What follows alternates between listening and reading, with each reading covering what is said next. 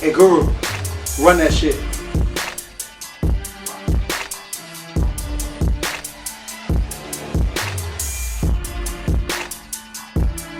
You are now tuned in to Cash Corner. Your host, Steve Cash, and I'm here with a very special guest, sir. Jay Browne, Jaybrowne. Don't forget the E, my nigga. You definitely can't forget the E. That's some real player shit. That's some real player shit. How you feel, brother? I feel great. Yeah? I'm in Cash Corner. What other ways that it feel? No other. And you're real comfortable in the corner. I'm very comfortable in the corner. I'm like third baseman, you know what I'm saying? I'm very like it. Hey, cuz yesterday, I see you at a show. Y'all put together. Y'all was at the market. I already told we can't. We got to always pause that. They preface that, right? Right. Yeah. So they're aware. The audience is aware. They're aware. Cool. They're aware. You know what I'm saying? The meat market.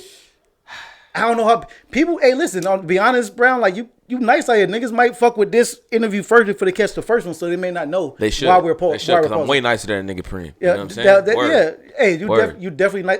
What's the last thing you dropped? By the way. Last thing I dropped was a single called "Set the Tone." Set the Tone. How you feel about that? Like, what made you go with that one? Oh, I had dropped a song called "The Plan" and it was super aggressive. Mm-hmm. So to distract people from that, I just dropped some party shit.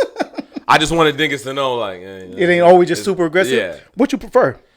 You prefer aggressive? You prefer smooth? Like what's your preference? I mean, because you went aggressive first, so I'm only assuming that's your preference. It's not, but that's my brand. Yeah. Yeah, people like that. I like that. I'm a dark skinned nigga, so they're like, oh, be mean. Well, where's your black Air Forces? Yeah, like those niggas mad. You know what I'm saying? But it's cool. You know so you don't have a preference? Not at all. Really? So you can go with a lovey-dovey type record. You can go with a kick door type record. I think the thing is, like, I'm nice, so like, just throw the beat on. What's your writing process like? Like, cause what's that? Does it start in your head first, or what you do? You erase a lot? Like, how you do? Walk me through that. It depends, but like, I would say for the most part, I hear a beat, I like it, might come up with like a few melodies in my head, and then I kind of just write as it comes to me. So I might be at work and I'll be like, yo, that beat I heard last night, I think I got a couple bars for that. And I might write a couple down in between things at work or in the shower, you know what I'm saying? It's very like sporadic, but usually if I set to write, like if I'm at home and it's Saturday and I'm like, I need to, get some work in, I'll probably pace back and forth with the beat on and then I'll just start writing, and if it just catches, I'll probably finish the whole song. But some songs are different than others. Is it easier for you to write a cappella or write? You need a beat to kind of push your creative process. I have never written with a beat on in my life. Great. So you can just all right. So what you do? All right. Your bar structure then. Because what I've always heard from artists is the beat pretty much tell you what the song is going to be about. Correct me when I'm wrong, or at least if it doesn't apply to you. The song, the beat is directing you on where to go. So if you're writing everything or majority of things a cappella, how do you fit that into whichever song you're doing when you do eventually hear the beat? Well, I probably misexplained that. I hear the beat first, but I can't write when the beat is on. Now I got you. I feel you. That I don't know how people do that. Okay. That shit's weird as hell to me. Do you have, all right, how do you feel about, because now I feel like the third verse today is completely gone. It is. How do you feel about, like, I like the third verse. I'm from the mixtape era. I'm a little older than you, so maybe you even grew up into the era of not having a third verse. I did. It disappeared the last 5 years. I'm not that young. Okay. Don't let him play me young. No, I'm saying, hey, I thought you look great. You very young looking. I thought, hey, I ain't know you was an old ass nigga out here. I tried to big you up. I'm not an old ass nigga. I'm cultured, my nigga. You know what I'm saying? The third verse started going away probably like 2010, 2011. Do you prefer to have a third verse on your projects? Yeah, but I stopped because, nigga, I'm not dumb. Business is business. Yeah. Niggas ain't listening that far. That's kind of true as well. If you build up your fan base, like if you Kendrick or Drake or some shit, like you get your third verse in, but it's like... Or you're Jay Brown, but neither... You got to build it up, though. I'm always checking for your third verse. I got songs with three verses on them. I know, that's why I rap those more than I rap the first two. Nah, you trying to... Let's go with shit, yo. This nigga's not low, yo. Go ahead. Hey, you know what's funny to me? The fact that this is kind of nervous now. No, it's all good because honestly, it's like almost like like this happened in fruition. Like I just had you on the Cash Choice last week. What word was that? I got speech impediment. In fruition. Did I not say it the right way? No, dude. That's wrong. All right, whatever. So wait. Insert the word I mean. You know what I was trying to say. Don't listen. You're already a dark nigga. You're already dirty ass, and this is why. This is why niggas think you're aggression. I'm not dirty. Now look, I spoke this up into fruition. Like I said. You were just a cash choice last week for the song Halo. Thank you for making me the cash choice. Y'all niggas And ain't no cash choice. I'm the cash choice. Nigga. You Remember definitely, that. and you was the very first one in stamped. You're the very inaugural first. That's cash a fact. choice. That's, I can't spell that word, but I know it mean the first. And don't worry, because I can't say it. So that's all good. You can't spell it. What song was it? Halo. I told you about that record. That's one of my favorite. I'm just trying to get my shit off. I know. Yeah. It's still one of my favorite records. I know we discussed this before. You felt as though, and correct me when I'm wrong, and you can re-say on this platform here, you really didn't think that was the one for you. You felt that was like I consider records like that throwaways when people just there's no throwaways. I'm just saying. Okay, that's what it was no throwaways. underappreciated. Okay, so you feel it was But underappreciated. until Mr. Cash came along. Because I truly fuck with that record, and I know you was like thoroughly surprised that was the one. Hell yeah. But that's a hard Especially ass. because you're a barsmith. Like, I was like, that's the record you liked? That shit is fucking hard, bro. But you know, niggas that are bar heavy always listen to music that's not like that. Yeah, that's Like, niggas that write, like, that are super lyrical, don't listen to lyrical shit. Like, they like R&B and, like, melodic shit. Yeah. I've noticed that a lot. And you hit that one out the fucking park for me. And I just like, more people need to hear this fucking record. Whether I appreciate that. Thank you. Hey, you're welcome. And I appreciate the record. I really feel that's a really solid record. And I'm looking for more. You know what? I don't even want more records like that, because that record is that. I like you to be in a space that you're already in. I like aggressive shit. I love it, actually. You know what I'm saying? Because it's just, for me, that's where hip hop started. For me, I like gritty, dirty shit. Not saying that you're a gritty, dirty nigga. My shit's not dirty, yo. Stop. Why you want to get away from that? Why would I get some dirt? Because I like showers. The fuck? No, I'm saying the thing I love about interviewing dark, dirty niggas, right? That which he's not doing. Which I'm not doing. But if I was interviewing a dark, dirty nigga, what's your pen like? Do you have a If you get to pick a perfect setting for you to create, where is that? Whether it's a dark room, whether it's a room full of sunlights and butterflies are flapping around Browne, and you know what I'm saying, whatever the case is, like, what's your perfect setting, if you even have one? My perfect setting would be if I have money. Okay. Don't matter. What about if you just surround Cash, Steve Cash? I left that one, but he picked it up. That would be dope. Yeah. If I had money in my bank account, don't matter. I'll write wherever. You know what I'm saying? Okay. If I could make music and not have to clock in somewhere, perfect setting. I'll write wherever. How far are you planning on taking this? To the top. What kind of question is that? Niggas be saying that, but I'm actually good. So, like, when I say it, it's like, oh, yeah, I can see that. Because, you know, niggas be like, where do you see yourself? Oh, one of the greatest of all time. It's like, do you? It's like, I've heard your music. Like, yeah, no. One of the greatest on your block of all time. Not you, per se. I'm talking about them type niggas. Them? Yeah, them. Probably. You already know I gave you your flowers plenty of times. At least I hope you feel that way. I don't play with your talent, pause. I think you nice, bro. Like, I tell you all the time. Do I not? Hell yeah. You're one of my biggest supporters. I appreciate that. That's why I'm in the Cash Cash Corner. That's exactly why you are. And that's exactly why you was number one on Cash Choice. But away from that, I really do believe in your art. I think Tampa has some of the nicest niggas out, to be honest with you. Facts. And my goal is to help push that part forward. Is there any feature you ever been on that had you rewrite your verse? Stop it. Honestly. Never. Not like honestly. Not even close. Not even close. You look like a nigga that rewrote a few times. No, I don't. You sure? Have you ever made someone rewrite? Like, I wouldn't know because they wouldn't say it. Okay, but have you ever was sent something like, okay, this is the direction of the record, you record it, and then when you reheard the record, like, that verse wasn't on there? People don't send me opens. Oh, I'll tell you what, though. I'm not going to say the nigga's name. Yeah, no names. But one time, me and Preem did a record, and they had Preem. a verse. Okay. It wasn't Preem. Okay. It wasn't neither one of our records. We were on the song together. Mm-hmm. He had a verse, and his first verse is super hard. I did my verse, and everyone was like, yo. Was he there during the time? And then the nigga went back in and did another verse. And it's like, hold on, bro. You brought back third verses?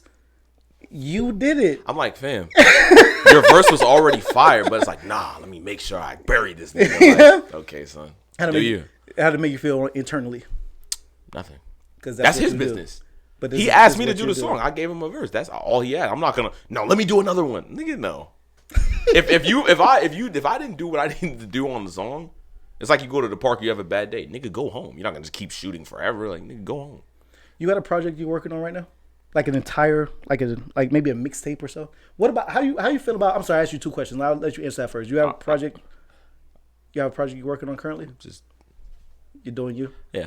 I'm chilling. What about if you just do like put together a compilation of like little Lucy's? They only gotta make sense. They don't make sense. Meaning like the direction is anything. Let's say you put together a compilation of 4 to 5 records that you just thought was hard, whether they female records, for hood niggas, whatever you decide to do. Well, you just put together that little pack and just feed the streets. I would do something like that, but where I'm trying to take it, that's not the time. Okay. Like I'm trying to blow. You feel me? So right now, what I'm doing is trying to get my life together and align myself and get my branding and my promoting together. That when the next time music does come out, it's not just here's some cover art and a link, and it's like, damn, Jay Browne, that was hard. And then 2 weeks later, we move on. Like I'm trying to make an impact. So right now, it's not time for a Lucy project. It's time to make the mark. It's time to create the moment to take my name to a different place. So in the future, that would be dope. And I have songs that I would do that for, but right now it's just timing is everything. I got to build up to a place where it's like I could throw out Lucy's in anticipation for a bigger project. But right now, I'm ready to just lay low, keep doing shows with Preem, keep doing my features until it's time for me to make a huge splash. That's what I'm aiming to do with my next stuff. Well, how you stay motivated during all that process? Because you're not putting it together. You're waiting for you trying to blow. You trying to take it there. Yes. So what's keeping you? What's your motivation to stay on track, to make sure so you don't get the itch just to throw Lucy's out?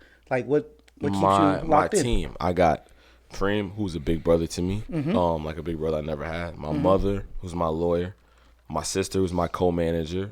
My manager, shout out Late 23. My girl. I have people around me that are invested in my success, and we know what we're here to do, and we know that that's not what it is. So we locked in. I'm a pretty self-contained person, but I'd be lying if I said that it wasn't a culmination of a bunch of people's work. You take criticism well? Yeah, but no. I'm a human. But I don't tell people that they're wrong and not to give me criticism, but I'm gonna retort. You know what I mean? I'm gonna have something to say. But I do allow people to tell me how they feel, because I'm not no yes man ass nigga. And my dad's super hard on me, so I'm already used to that. Good. Like my parents are African, so it is what it is. Is that why you and Preem link so well? Because you're both Africans? We didn't realize that until after, but it probably makes sense. We had hearts up. They were both from New York. How'd y'all come up with that come out that y'all both was Africans? Like, what was it over? Like, well, he ever advertises that. Like in his Twitter thing, he has the Sierra Leonean flag, and my mom's Ghanaian, so I was just like, oh, nigga's African. That's dope. And it's dope. I think it's dope to wear that, because niggas be like, nah, I'm just black. It's like, nah, nigga, you more than that. But I'm not gonna preach. Yeah, or you could speak that life, King. Nah. Big nigga, yeah. I don't have any bean pies today. You look like you make a mean one though. No. You don't make a mean bean pie? Nope. Oh, my bad. You good? You make a mean freestyle? Yes. I ain't gonna ask you to. Thank God. You're a good man. See, bro, you that nigga, yo. You know I really fuck with you. You're my guy. You're my pause moment. You my guy too. We're friends, bro. Facts. Beyond this, I was making sure away from all this. I know the banter back and forth we're doing right now. I feel like I can sit down with you anytime without zero prep. Honestly, you know how this went down. Zero prep. Literally. Nigga just, hey, let's just got lock chemistry, in. bro. Yeah, let's just lock in and get shit going. I'm very proud of, even though I've known you for a very short time, I can't act like I knew you for 3 or 4 years and I've just been supporting you. I've supported when I discovered. From the moment, though. Right. It definitely was from the moment. And I've had a lot of, like, big moments, like GMF and shit, and you've been there in my corner since I've started to bubble. So it honestly feels like it's been a longer period of time that we've been friends than we have. I appreciate that shit. How you spot fake love, dog? Like, how you spot that shit? Because body language. Yeah? Always. And you think that tells immediately. Yeah? Dude, it's so funny. It's almost like it's a fun game for me. Like when I go to concerts, it's just like, it's like how they walk up to you. It's like they say when you tell somebody good news, there's an immediate frown or smirk. Always. Even if you don't think you could see it. And it's like, that's how they really feel about it. But I know that it's advantageous to be cool with me until it's not. Okay. Like if tomorrow something came out or it was whatever, some people would be in my corner, some people would toss me to the side. But right now, I'm a hot commodity. I'm fucking with Preem, I'm doing my own thing, I'm fucking with Barry Legal. Everything looks good, so you know what I'm saying? It's gonna be all handshakes and head nods until further notice, and niggas gonna have to move accordingly. It don't bother me none because I have a family. Like I have a dad. Like I know who, you know what I'm saying? I'm not looking for right friends or validation. Like I have a system, so. your family, and correct me if I'm wrong, I don't want to put too much, but from what I've seen, your family supports you pretty well. Like Always. one of the shows I don't remember because I've been to quite a few. I seen your mother there, your sister there, your other family members whatnot. It was Loud on 7th. Your memory is fucking. That's still trap you got. Like that's true. That's one of the first things. Not that's one of many things that I heard about you, and that's very true. Your memory is fucking immaculate. I don't know how the fuck you do this shit, God but given, bro. it's ridiculous. The shit that you remember. It was my dad's birthday. You came out. I seen you. We took a picture together by the bar. Hell yeah, that was a great night. It was. I was glad you came because that show was a little, you know. No, always had. I love watching y'all perform. I always have a good time. The energy is always good. I try my best to make every event y'all have. That's it. Like if I don't make it, it's for a reason I couldn't make it. For sure. But y'all have my support. Y'all, the collective squad. Y'all always bring me out. I think y'all put together a great show. Thank you. I definitely spread the word. Yeah, y'all definitely do. I definitely try my best to spread the word because people need to see this shit. Literally Tampa's own. Facts, bro. Facts. I'm glad you said it because niggas be playing, bro. You ever think about taking it back to New York or back to wherever else? Or you feel like we just had 2 shows in New York last month, back to back, me and Preem. Question: when people sit here and they ask you like, I know you put Tampa on and things like that, but being you weren't born here, do you feel like you have to give some type of eye to that side over there? Do you got to which side? New York specifically. Do you feel you got to mention that spot, like maybe that hone your skills or whatnot? No, because I'm a person. Like where you're from is dope, and you should take pride in it. But I'm just a human, bro. Like I could move a bunch, and moving is circumstance. Your dad could get a new job. You couldn't afford the rent here. Something happened. It happens. But I rep myself and where I am, and I've been in Tampa for a long time, and inherently I will always love where I'm from because I have love inside of me. So I grew up in Tampa, and that's why my first album was 1-800-813 Forever. If I would have stayed in New York, it would have been something like that because I'm proud of where I'm from and the people that I've met and the things that I've accomplished since I've been here. A lot of people don't even know that I'm from New York, and I'm proud of that because niggas be from New York and come down here and then be talking about that shit, and it's like, okay. I mean, I'm literally from there, and I never say it. Yeah. Nigga, are you a good person or are you not? Like, who gives a fuck if you're from New York? Who gives a fuck if you're from Iowa? You live in Florida. You're You live in Florida, like you're influenced. And I love both, to be clear. So that's just my stance on it, though. Your influences though. Most of them are from where? Is it from East Coast, West Coast, Midwest, South? I probably couldn't say because I was born in 97, so I was probably the last generation of kids that played outside and had iPhones. Because like my younger brother, he grew up all in tech age. I got older siblings that grew up completely when it was just outside. I'm kind of in the middle because one of my favorite rappers is Drake, and he's not from the United States. My other favorite rapper is Jay-Z. But I don't even think that has to do with the fact that I'm from New York. That nigga's just nice. Like I like good rap, bro. It's not a lot of the good rappers are from New York, but that's because it was created there. If hip hop, if the Bronx had burned down in Iowa and it was created there, most of the nice rappers would be from Iowa. It's just like most of the nice football players are from the South because it's hot and niggas are better conditioned. It's just the natural pecking order if they so. I mean, I like Biggie, Nas and shit, but I like Snoop and fucking Pac. I mean, even though Pac's from New York, but you know. Question for you, off the cuff, and now, I want to know your top 3 favorite artists, but we're finna make it a little interesting. You cannot name Pac, Big, Nas, Hove, or Drake. You cannot name them 5. You can't name Big Sean. You cannot name. He's just gonna say name somebody that's mids. I'm saying no. I want to know my favorite B tier rapper. Like, what do you mean? Because you're taking out all the goats. Because I don't want the goats because they're because it wouldn't be my favorite. That would just be a nigga that I enjoy. Okay, then you're right. Okay. But go ahead, take the people out. No, because you're actually right. You're actually right in that regard. That if I ask you your favorites, we taking Kendrick out too. See, yeah. We taking Cole out too. See, I guess that's not a fair question. You're 1,000% right off the cuff. Do you want me to say somebody that's nice without saying all the hype beast people that? Yes, let's do that. Okay, let's do that. Good, yeah, good way to fix that. I don't want to go too obvious. Let me show my range here. What would be obvious? Like, because I almost wanted to say, like, okay, what about Big L or Big Pun? Yeah, we can't, because that's obvious. Yeah, but, you know, they also do not get as much love as the people you name, they get a lot of love. Okay, speaking of Pun, I like Tribe a lot. let me go somewhere that's underappreciated. De La. Niggas don't give De De La La the Soul, credit because okay. De La's not gangster, so y'all act like they didn't have their run. Okay. Niggas don't act like DOC's hard because DOC got in a car accident. It crushed his larynx. Mm-hmm. He wrote all that NWA shit, but y'all don't know that because his first album was super hard, but he lost his voice. So nobody knows that he was that tough. Ice Cube is super hard, and y'all just say that because you know him, but y'all don't know how good his music was. How he really went, how he's really giving it up. Scarface is stupid. Devin the Dude is really hard. Devin the Dude definitely gets left off everything. I unfortunately, but every find nigga myself, that's raw says that he's hard, but the fans never connect it. Like if you ask Jay-Z, like, no, Devin the Dude's crazy. But it's like, why do you think that is? branding. It's all about branding. Yeah. Because why is Nas bigger than AZ? You tell me. He linked with Steve Stout. It's branding.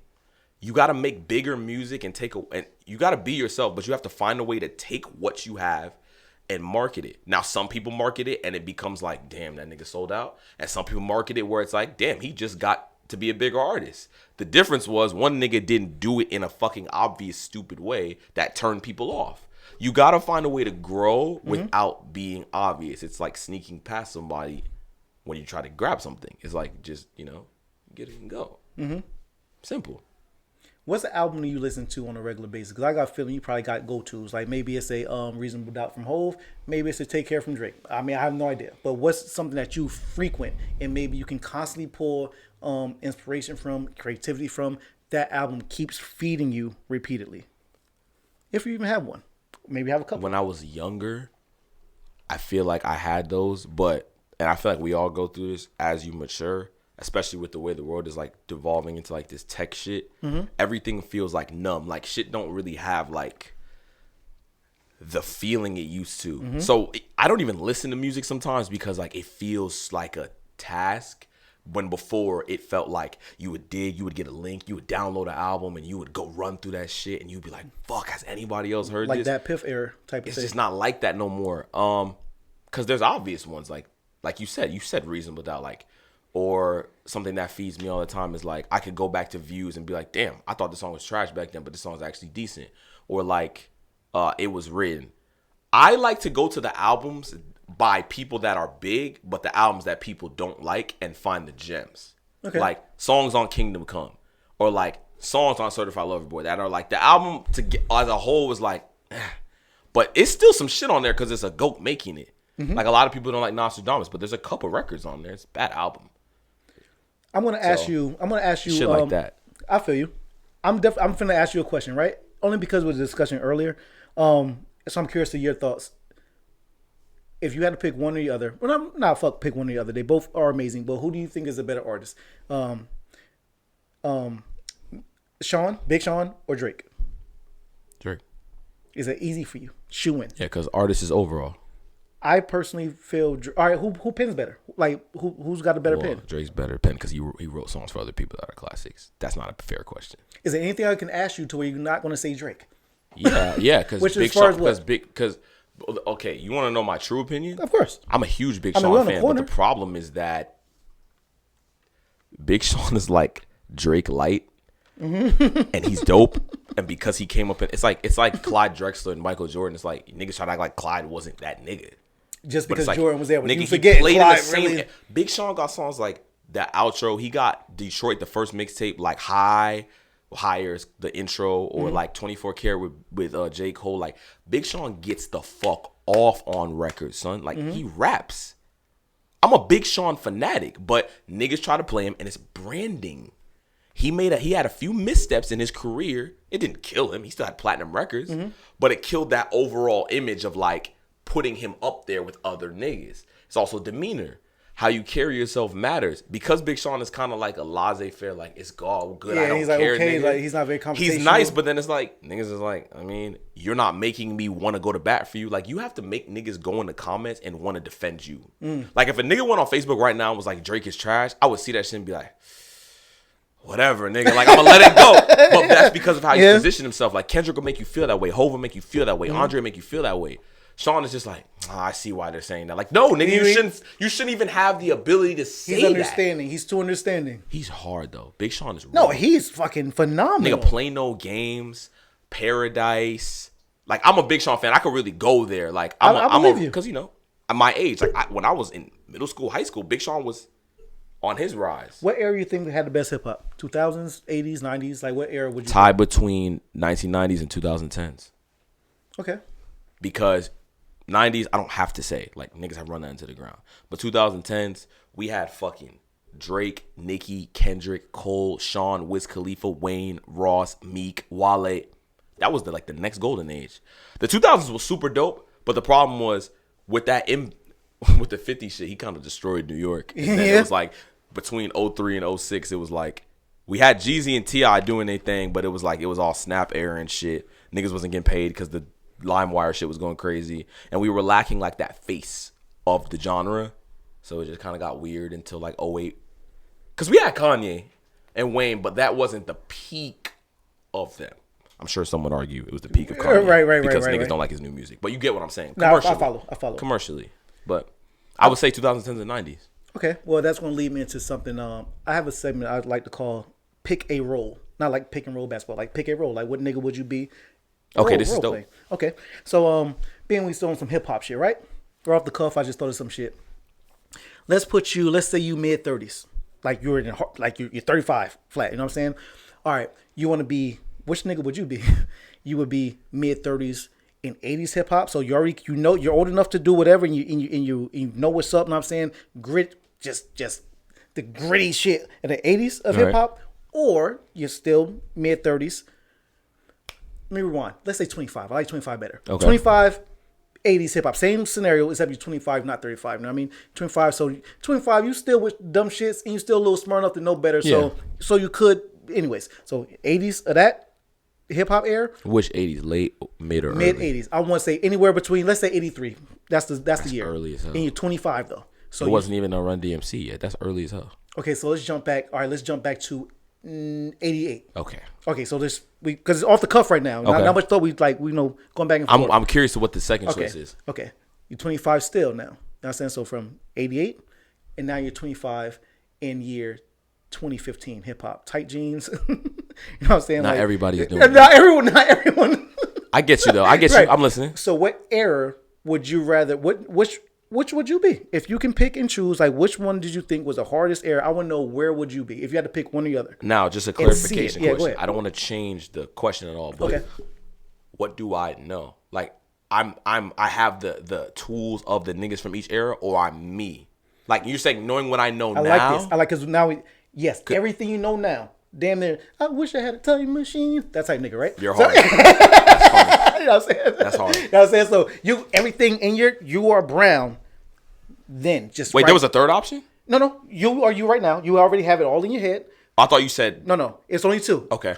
And you're 88 right now. You already know exactly how everything going to play out. You are you. Boom. 88. You can take over whatever. You can even make. You can make a take care before Drake made to take care. You could, or I wouldn't do that, but or I hear you. 2015, same shit. You got all. What nigga would you be, bro? Pick a role. 15 is because even if I know everything I know in 88, the way that the labels and shit is set up, it don't matter what you know. You're still black and you're not getting a loan. So if I knew all the ownership shit and you could do it yourself, even back then, unless you're in Texas, you're not getting that shit off. Because it really depends where you live. Because if you're in New York, you're not getting that shit off. In the South, there was no record label, so they was moving out the trunk. They was getting it. If I knew what I knew then it was 88 and I lived in the South, okay, so I think I'll go then because, nigga, I'm going to make $1 trillion. Okay. But 2015, if I know everything I know now, also with the political climate, the acceptance of gay people and women, nigga, I would kill. Right before streaming? Right. Done. So Done. So which role you picking? 2015. Easy. With everything I know, 2022? Yes, sir. Everything you know now. So you picking. Because 2015 is right before Apple Music came out. Nigga, I am destroying these niggas' pockets. Because what happened is that shit came in and no one knew what the fuck was going on. Niggas were signed and they were like, wait a minute. My albums are on a streaming service? Like, I didn't agree to this. Like, yeah, you did. It's in your contract. So fuck that. 88, you can't even do shit. Even if you know. Because niggas back then was screaming like, no, we don't need them. And I was like, yeah, whatever, nigga. Yeah. I'm going to the mall to make this demo, nigga. You crazy? Like, niggas didn't care. Well, Browne. And also. Go ahead. It was a rugged time back then. I was a rugged motherfucker. Why part of me feel like you kind of want to go back to 8A just to fight a little bit and then Yes, I wanna see if I can really, because them niggas seem tough. I'm like, yo, can I hold my own against these niggas? I've been noticing. Well, not that I've been noticing. Are you trying to jump away from the bully? You don't want to be the. You don't want It's to be Browne cool, bully but no it's more? like you grow, bro. You don't like, want that. So you don't want that. You can still call me. I'm not tripping off that. I'm not, because you know niggas be tripping like, bro, don't call me that, bro. Like that's old me. Like, That sounds like some bullying tactic if you're doing that. That is That's that corny. aggressive. Okay, but my point is like, that's cool. That's a part of me. Every era of my life will always be a part of my story. But it's like that's I like just the name not of bully whole, though. By the way, the whole thing. I don't like when people try to like broad stroke you into like one category. It's like, yeah, the Bay Area bully. Like I rap aggressively. Like blah blah blah. That's cool. That's a section of me. But I think I'm gonna go on to do more shit than just be known as a Bay Area bully. This shit gonna be global. I'm gonna be a nigga from Tampa that takes the shit worldwide. So it can't always be one thing. Nothing can. I mean, it can, but you're not going to go anywhere. So that's my thing. I just warn against like being stuck in a box. Makes sense to me. That's a cliche phrase, but you know. No, what I mean. no, it makes sense. Jay Browne, I know this was impromptu. I salute you, brother. Good word. It definitely thank you. Know what I'm saying? Speech it kick in. No. You got it. You got it down. Thank you. I appreciate it. it. I appreciate you coming on Cash Corner. Please have me back. I want more hypothetical questions. I'm killing niggas. Y'all niggas can't interview like me. Let's be real. Niggas can't even talk. Let's be real. I be watching y'all rappers interviews. Y'all niggas didn't pass FCAT. The Bay Area bully. Y'all niggas didn't pass the FCAT. Bully.